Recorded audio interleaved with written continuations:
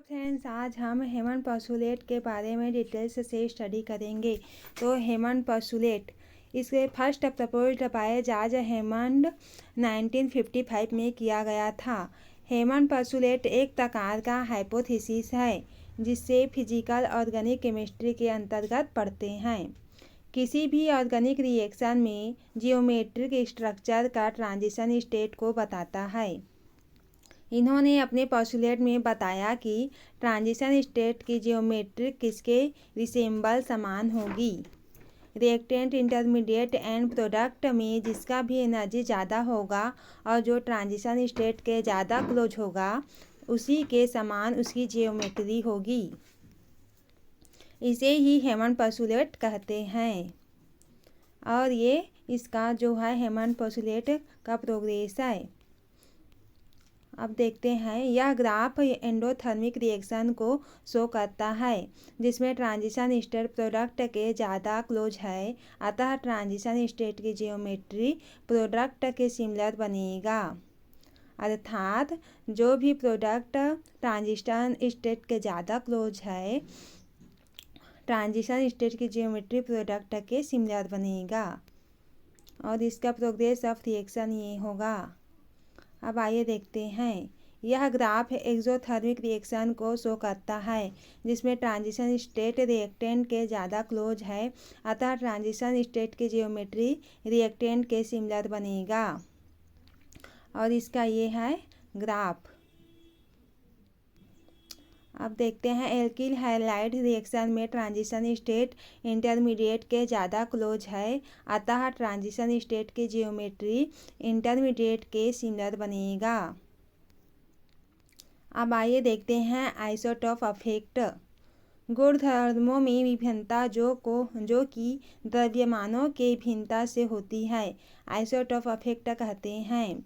इसके द्वारा किसी क्रिया की क्रियाविधि ज्ञात किया जाता है। Types of isotope effect.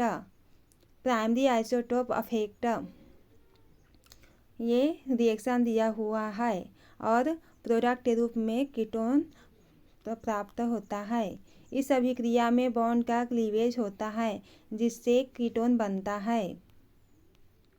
अब सेकेंडरी आइसोटोप इफेक्ट, यदि भारी समस्थानिक टूटने वाले बॉन्ड के पास वाले परमाणु पर उपस्थित हो तो अभिक्रिया का वेग में तुलनात्मक रूप से कमी आती है और इसका रिएक्शन दिया हुआ है और लास्ट में एल्कोहल प्रोडक्ट प्राप्त होता है। समस्थानिक यूज करने पर, भारी समस्थानिक यूज करने पर यह रिएक्शन दिया हुआ है और इसमें यहाँ पर भारी समस्थानिक वे टूटने वाले बॉन्ड के पास वाले कार्बन पर उपस्थित हैं, इसलिए इसके वेग में बहुत कमी हो, इसलिए इस अभिक्रिया को सेकेंडरी समस्थानिक प्रभाव कहते हैं। सेकेंडरी और प्राइमरी में यह दिया हुआ है। और आइए देखते हैं हेमिट रिएक्शन कांस्टेंट। हेमिट रिएक्शन कांस्टेंट में अब आगे इसको डिटेल में पढ़ेंगे। सब्स्टिट्यूएंट कांस्टेंट के ज्ञान से अब ऑर्गेनिक रिएक्शन की एक विस्तृत श्रृंखला के लिए रिएक्शन कांस्टेंट प्राप्त करना संभव है। मूल प्रतिक्रिया 30 डिग्री सेल्सियस पर वाटर या एथेनॉल मिक्सर में एथिल बेंजोएट का एल्केलाइन हाइड्रोलिसिस है।